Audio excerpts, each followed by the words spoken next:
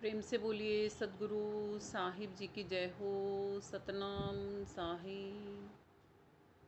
हे साहिब, आपका अनंत अनंत शुक्रिया, अनंत अनंत आभार। साहिब जी आपकी सर्वदा ही जय जयकार। आदरणीय सर्व संतों की जय हो। उपस्थित आदर के योग्य सभी जीवात्माओं को मेरा नमन। सतनाम साहिब। आप सब में बैठे परमपिता परमात्मा को शत शत नमन। साहिब कहते हैं अंत समय जब तू चलेगा ना अकेला, ये जो माया और ये धन दौलत, ये खजाना जोड़ रखा है ना, ये सब मंडा मंडाया यहीं रह जाएगा तेरा। तज के जाएगा इसको, जितना मांड रखा है तूने यहाँ पे। चला जाता है किसी के साथ, जाने वाले के साथ कुछ जाता है यहाँ से? जो क्या जाता है, क्या जाता है यहाँ से साथ में? जो जाता है उसे इकट्ठा ही नहीं करता जो इंसान। क्या जाता है यहाँ से हमारे साथ में? भक्ति धन जाता है हमारे साथ में, तभी तो गुरु तो सिखाता ही है वो भक्ति धन कमाना, तभी तो गुरु लेके जाता है। अभी आपको एक और चीज़ बताती हूँ। देखो, जो लोग ऐसे होते हैं ना, जो भक्ति ले तो लेते हैं और करते नहीं हैं, गुरु तो वो उनका भी रहेगा। अब गुरु की मर्जी है वो आखिरी टाइम पे आपको लेके जाए या नहीं लेके जाए।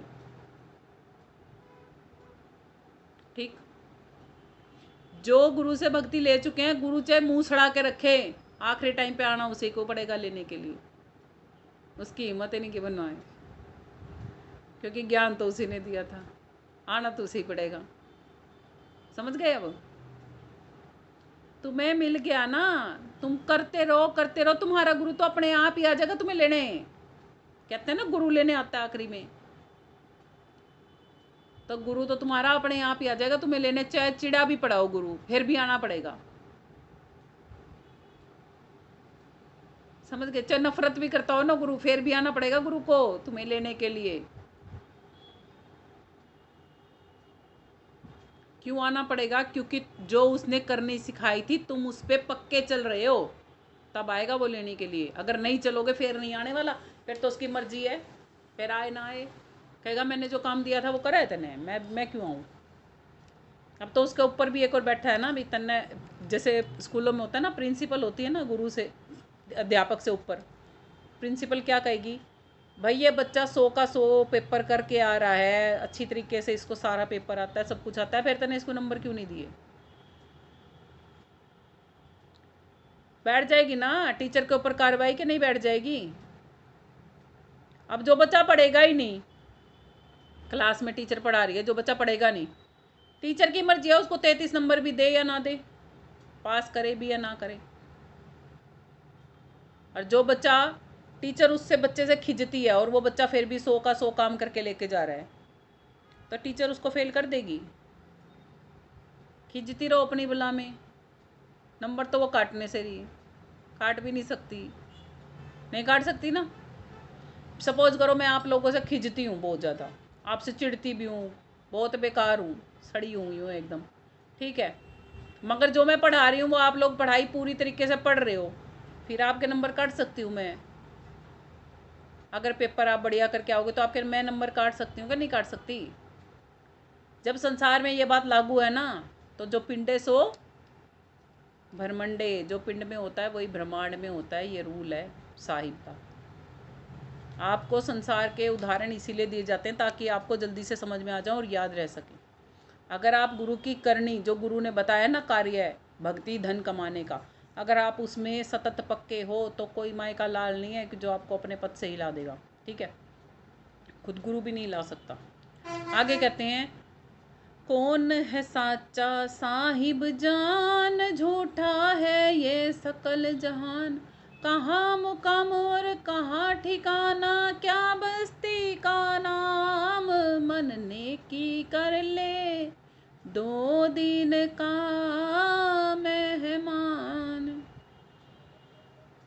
कहाँ का है मुकाम, कहाँ है ठिकाना? बताया ना, अमरापुर है मुकाम, वो सद्भक्ति कमाना हमारा मुकाम है, सूर्य शब्द योग करना हमारा मुकाम है, और पाना क्या है? उस मुकाम को हासिल करके अनामी पुरुष में समा जाना है, इतना पाना है परमात्मा को। कौन सा गांव है, क्या गांव है हमारा, क्या नाम है उस गांव का? अमरापुर। अमरापुर जाना है, वहाँ जाना है जहाँ पे मृत्युपुर है ही नहीं, मृत्युलोक है ही नहीं।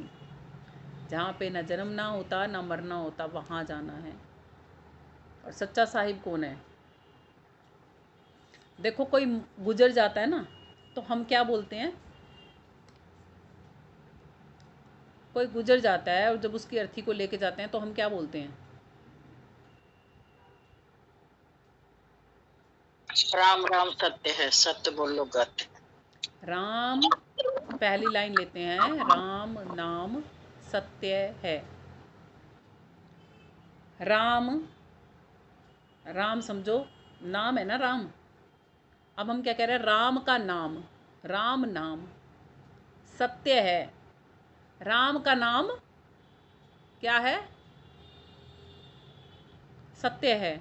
जैसे मेरा नाम सुनीता ना हो के सत्य हो, कि सुनीता का नाम सत्य है। समझ गए?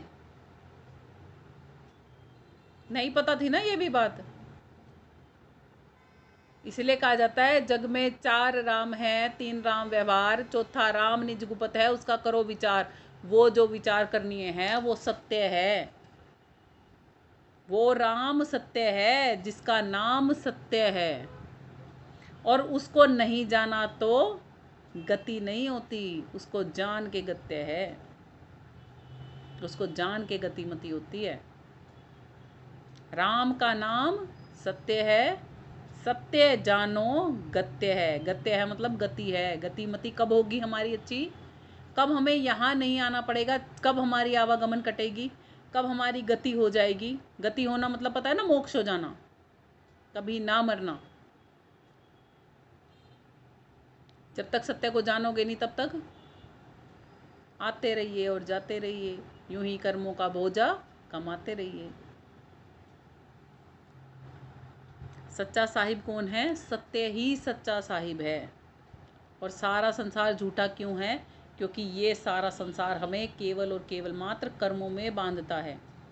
आगे कहते हैं, रहट माल पन घट जो फिरता, आता जाता भरता रीता, युगन युगन तू मरता जीता, मत करना अभिमान। कि रहट चलती है ना, जैसे रहट पहले, अब तो नहीं पता कैसे चलती है, शायद मोटर बिजलियों से भी चल जाती होगी। पहले क्या होता था, एक बैल को बांधा जाता था और उस रहट के ऊपर है ना पानी की वो लगी होती हैं बाल्टियाँ। तो वैसे जैसे जैसे वो बैल चलता जाता था वैसे वैसे रहट चलता जाता था और पानी ऊपर नीचे आता जाता रहता था, है ना। तो जो बाल्टियाँ नीचे जाती थी वो भर जाती थी, जो बाल्टियाँ ऊपर आती थी वो खाली हो जाती थी। और बैल की भांति वहाँ बंधे बंधे और क्या कर रहे हैं, कभी भरते जा रहे हैं, कभी खाली होते जा रहे हैं, कभी भरते जा रहे हैं बाल्टियों में पानी, कभी खाली होते, यानी कि कभी मनुष्य तन में आ जाते हैं और बिना भक्ति कमाए रित्ते होके, क्योंकि अवसर मिला था ना, रित गया, खाली हो गया, खाली होके चले जाते हैं वहाँ से। वो रहट चलता रहता है। ऐसे ही ये संसार चलता रहता है, इसमें से कोई कोई भरा भरा जाता है, कोई कोई सिंहासन पे चढ़ के जाता है ना, सभी नहीं जाते ना। क्या कहते हैं, एक सिंहासन चढ़ चला एक बांधा जाए जंजीर। आए हैं सो जाएंगे राजा रंक और फकीर। देखो राजा को भी मर के तो शमशान घाट ही जाना है, रंक को भी मर के शमशान घाट जाना है और फकीर को भी मर के शमशान घाट ही जाना है। शमशान घाट केवल ये शरीर जाता है, ना ही राजा जाता, ना ही रंक जाता और ना ही फकीर जाता। आप शरीर को शमशान घाट लेके जाते हो, ना कि आत्मा को। आत्मा तो आपके घर में रहते रहते या जिस भी स्थान पे वो था राजा रंक और फकीर, उस स्थान पे रहते रहते ही चला गया था। जब वो गया तभी उसका फैसला हो गया था कि वो सिंहासन चढ़ के गया है क्या जंजीरों में बंध के गया है। हमारा भी फैसला यहीं से हो जाएगा। ये तो बाद में तो हमारे शरीर की प्रक्रिया की जाएगी। समझ गए ना अच्छी तरह क्या बताया जा रहा है? शरीर का ही हम क्रियाक्रम करके आते हैं ना बाद में, तो वो आत्मा तो उसी टाइम वहीं से चला जाता है ना। तो वहीं पे है उसका सिंहासन चढ़ के जाना भी और जंजीरों में बंध के जाना भी, जिसको कि गरुड़ पुराण में सुनाया भी जाता है। आप लोगों को किसी के घर गरुड़ पुराण हो रही हो तो सुन के आया करो, फायदा मिलता है उससे। ठीक है। वो कहते हैं साहिब कि आता रहता है, भरता रहता है और इतना होता रहता है, खाली होता रहता है। युग युग बीत गए तुझे, युग युग। एक युग कितना है? सतयुग एक युग, त्रेता युग एक युग, द्वापर एक युग, कलयुग एक युग। और कहते हैं युगन युगन, यानी कि काफी काफी युग, कल्पों में भी वो पल नहीं मिलता जिसमें साहिब मिलता है। अरे जिस काम को कल्पों में किसी ने नहीं हमें करवाया था, वो काम करवाने वाला हमें बंदा मिल जाए, कितना काम हमारा बन गया। बन गया ना हमारा काफी हद तक काम। अब क्या करना है, उससे काम कर सीख के और वो करना है बस। और जैसे हम करनी करेंगे तो 100% हमारा काम हो जाएगा। 100% हो जाएगा ना, कि नहीं हो जाएगा। जैसे आप ये लगाओ, बचपन से लेके आप इतनी अवस्था तक आ गए, कोई 60 साल का होगा, कोई 70 साल का, सिलाई नहीं आती। अब आपके घर पे कोई सिलाई वाला एक्सपर्ट आ जाए, आपको कटाई भी सिखा दे, बुनाई भी सिखा दे, सिलाई करके उसको जोड़ना भी सिखा दे, कपड़ों में टांका कैसे, कहाँ कहाँ कैसे कैसे लगता है। आप आधा काम तो आपका खत्म हो गया ना, खोज तो खत्म हो गई। अब क्या है, जैसे जैसे वो सिखा रहा है वैसे वैसे सीख सीख के बस वैसे वैसे टांके लगाने हैं, तो आपकी ड्रेस तैयार। अब अमर लोग वाली ड्रेस तैयार करनी है ना, तो सिलाई कढ़ाई सीख लो। नहीं आती तो सीखनी पड़ेगी ना। क्योंकि क्या कहते हैं, पानी की सुई पवन का धागा, 9-10 मास सीमते लागा, चांद सूरज दो तिगड़ी लगाई, है ना। ऐसे बनाया गया ना ये, तो ऊपर वाला भी तो सीखना पड़ेगा। आपे सिम में आपे पहरावे, प्राण पुरुष को ले पहरावे, है ना वाणी। जब हमने आपे सीम के इसमें बैठे हैं, तो इस खोल को उतार के जब दूसरी खोल में जाना, तो वाणी सीमनी पड़ेगी क्या? वाणी सीमनी पड़ेगी। कौन सी है वहां की सुई और धागे, अब बताओ।